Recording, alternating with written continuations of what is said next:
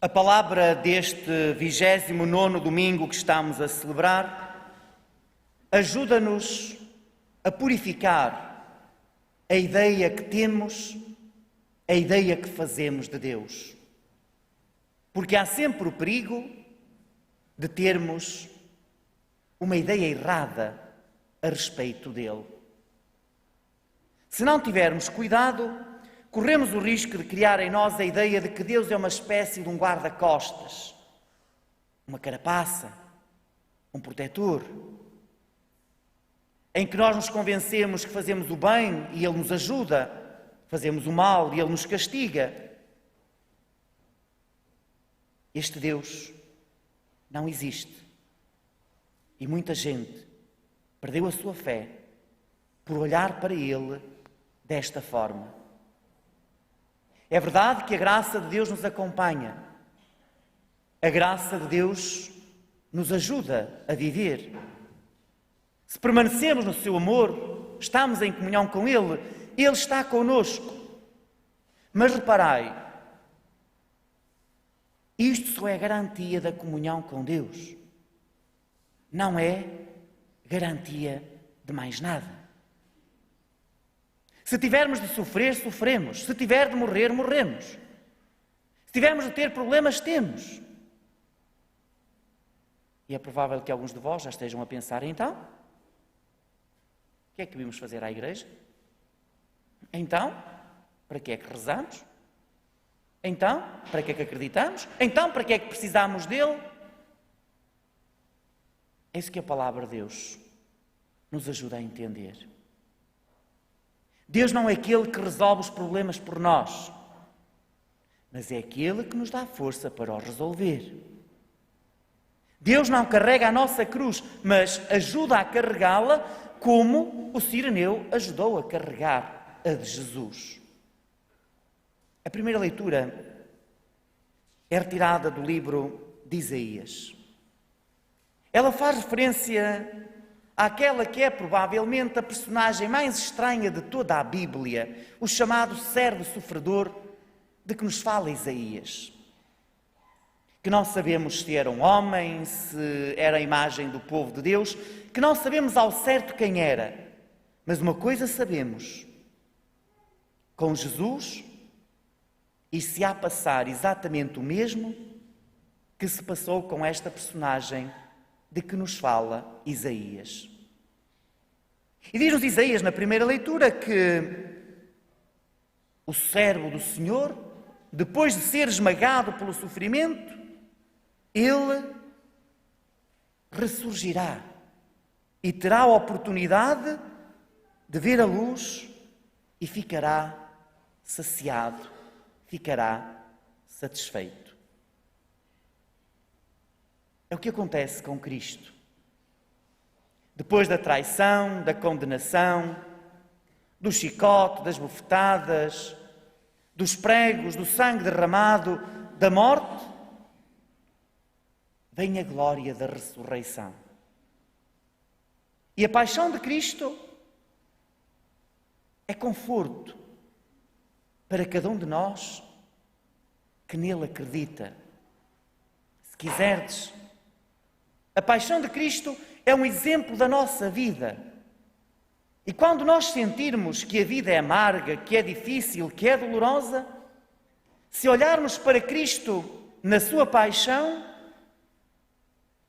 constatamos que se calhar a vida não é tão má como nós estamos a pensar.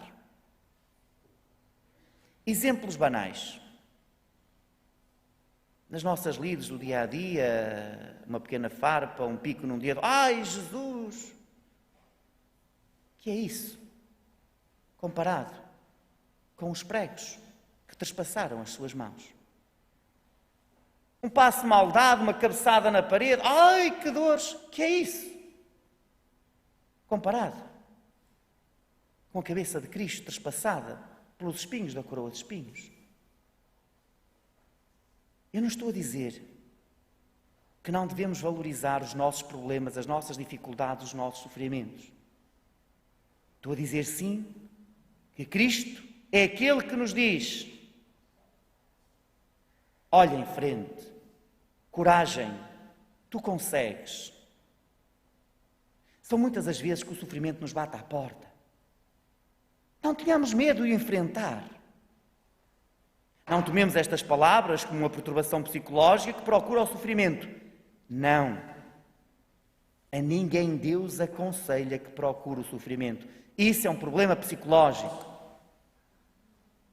Agora, Cristo diz-nos que perante os obstáculos da vida temos de ser fortes, temos de ter coragem, temos de os enfrentar. E que não nos passe sequer pelo pensamento que Deus pensa assim porque não experimentou as nossas dificuldades. A isso responde-nos a segunda leitura, que nos diz que nós temos um sumo sacerdote que assumiu a nossa condição humana, que experimentou as nossas dificuldades, as nossas limitações. Esse sumo sacerdote é Jesus Cristo. E em Cristo Deus compadece das nossas fraquezas.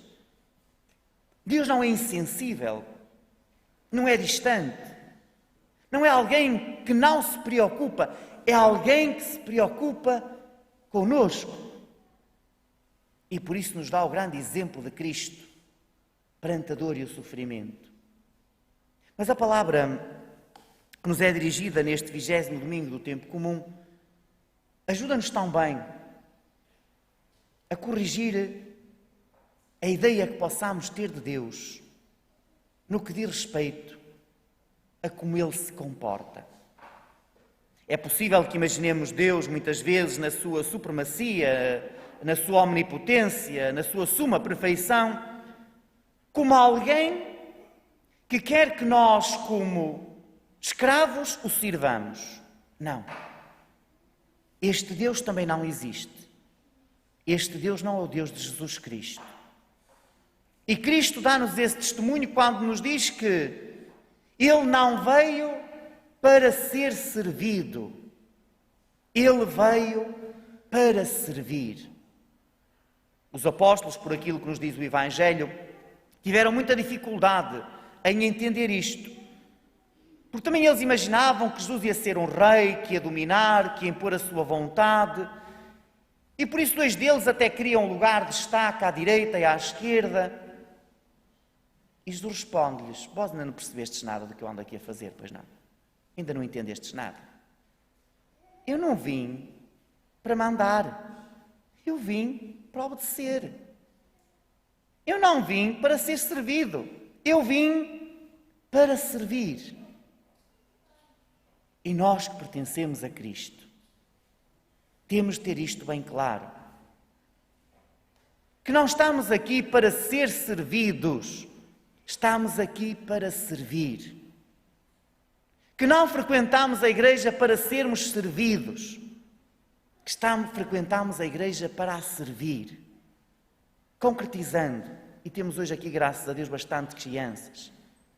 Pais, não trazeis os vossos filhos à catequese para ser servidos, mas para que vos ajudem a ensinar a servir.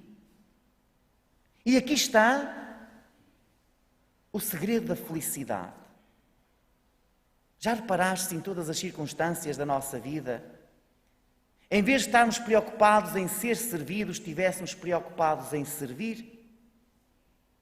Se, por exemplo, lá em casa, em vez de estarmos preocupados se vamos ser os primeiros, se vamos ser os mais importantes, se o melhor prato é para mim, se a melhor parte é para mim, se nós estivéssemos preocupados que o mais importante fosse o outro e a melhor parte fosse para o outro,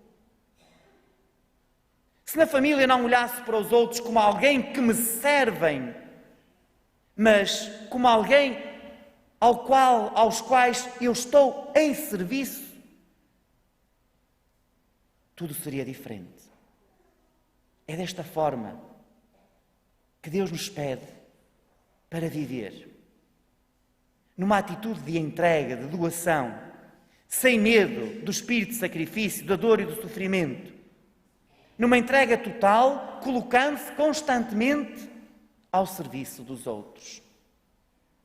Que Deus nos ajude a ter uma ideia adequada a seu respeito e a descobrir que Ele existe, não para ser servido, mas para servir, e que nós o servimos quando servimos os irmãos.